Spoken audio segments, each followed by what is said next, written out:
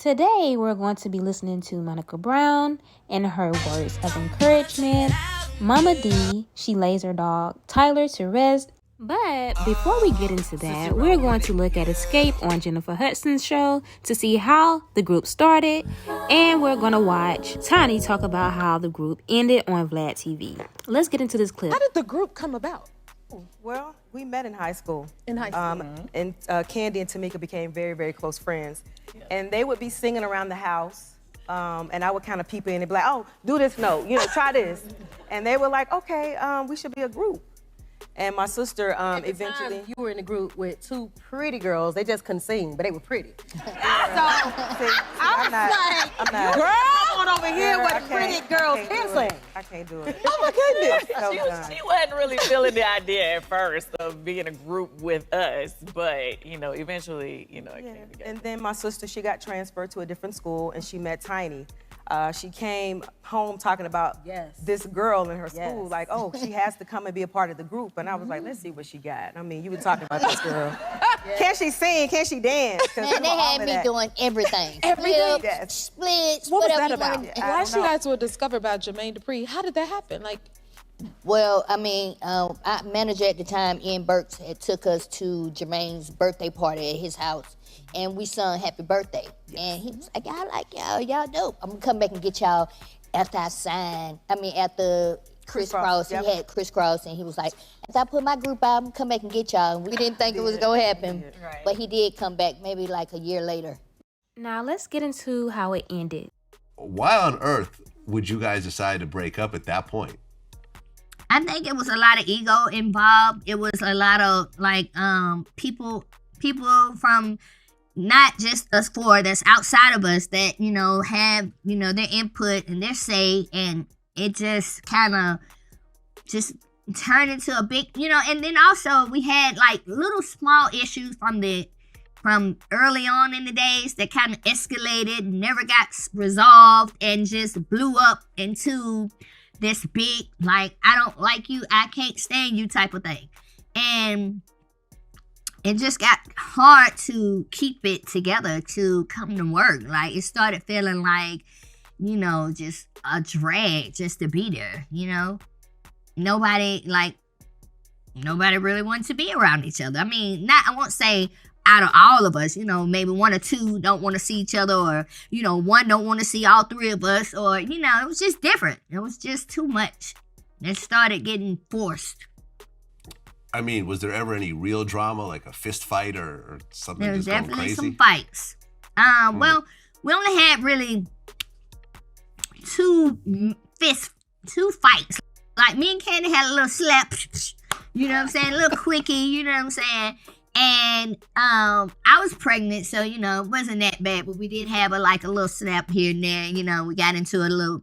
And then Tasha and Kandi finally got into a fight as well. And it just seemed like it was a long overdue time because they were always kind of back and forth. And it finally escalated into a real fight. And I just remember us rehearsing. I don't remember what we were rehearsing for, but that rehearsal hall was turned upside down. Okay, just a full-blown fist fight. Yeah, definitely. Okay, who won from your perspective? I will not tell you that. You will have to find out in the movie. In the movie, okay. Not Kandi fighting Tiny while she is pregnant and she is the godmama. Wow, I guess Xscape always had drama. They always look so put together on stage, but the show has shown us things that we as fans don't want to see, and that's the drama. I hope they get it together. Now, let's listen to Monica Brown's words of encouragement. Happy Sunday. First off, excuse me, I know I look rough, but on Sunday, I just work for these people.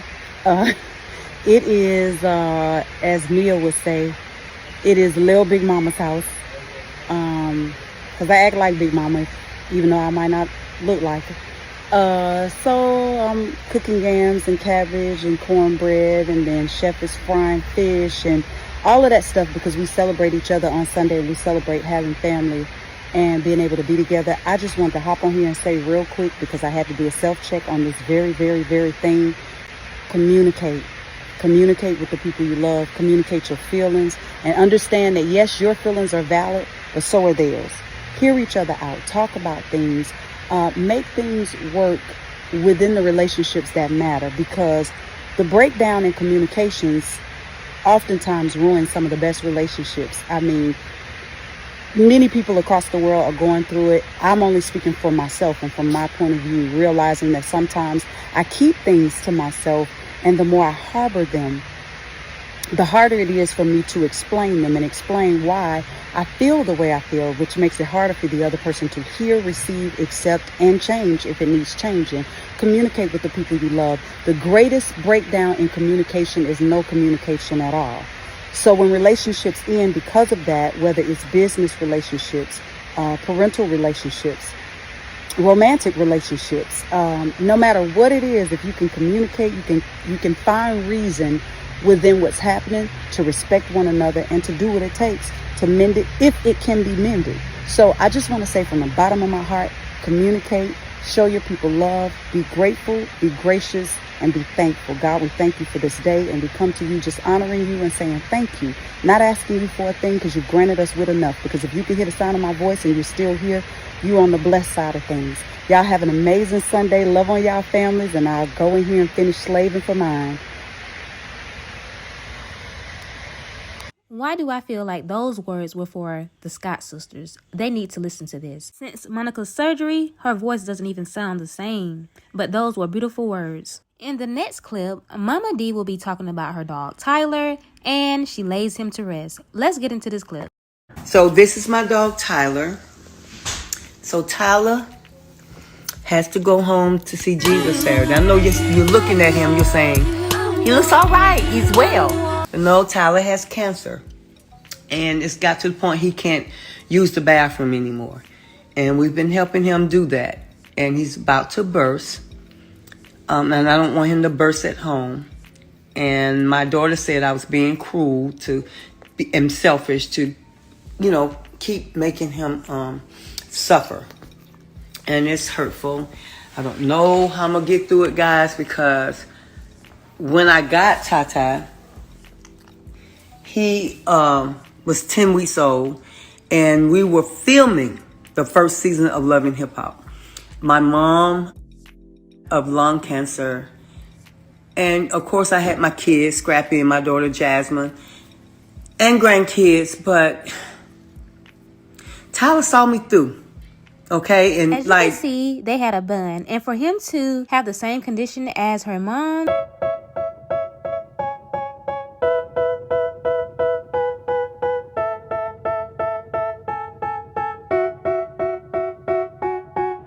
they tell me that I'm never gonna make it. They want me to do something that could make sense. They hate when I keep dreaming I'll be famous, but I don't give a fuck, I'ma keep chasing.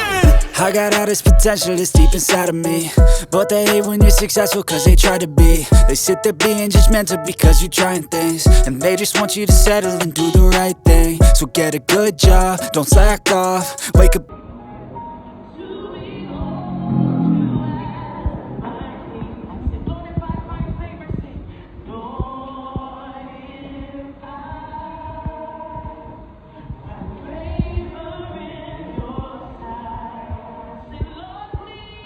that was his homegoing. Rest in peace, Tyler. Well, that's the end of this video. I hope y'all enjoyed it. Let me know what you think in the comments. Thanks for watching. Don't forget to comment, like, and subscribe if you want to see more videos. Until next time, bye-bye.